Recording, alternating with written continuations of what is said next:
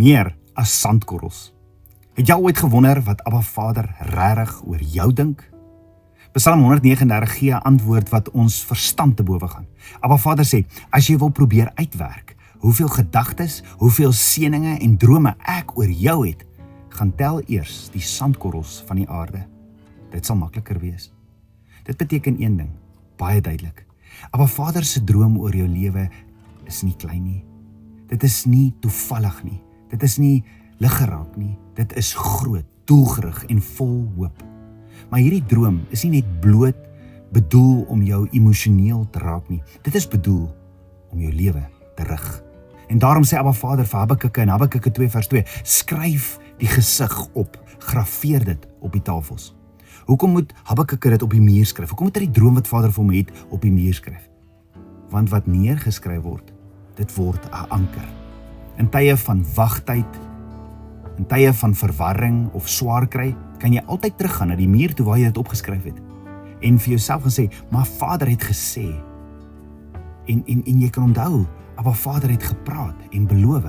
En hy is getrou.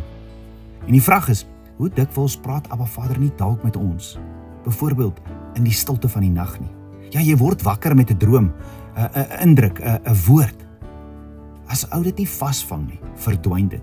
Nie omdat dit onbelangrik was nie, maar omdat ons dit nie bewaar nie.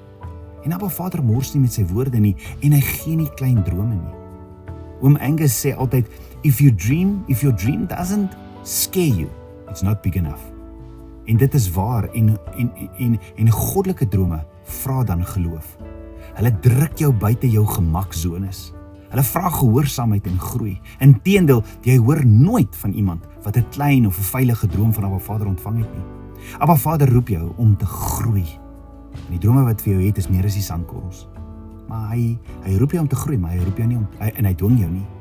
En die keuse is joune. Is jy bereid om by sy voete te sit, sy droom te soek en dit te begin leef?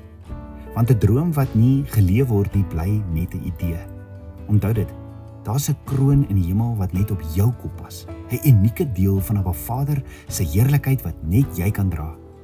As jy nie die droom leef wat Abba Vader vir jou het nie, kan niemand anders dit namens jou doen nie.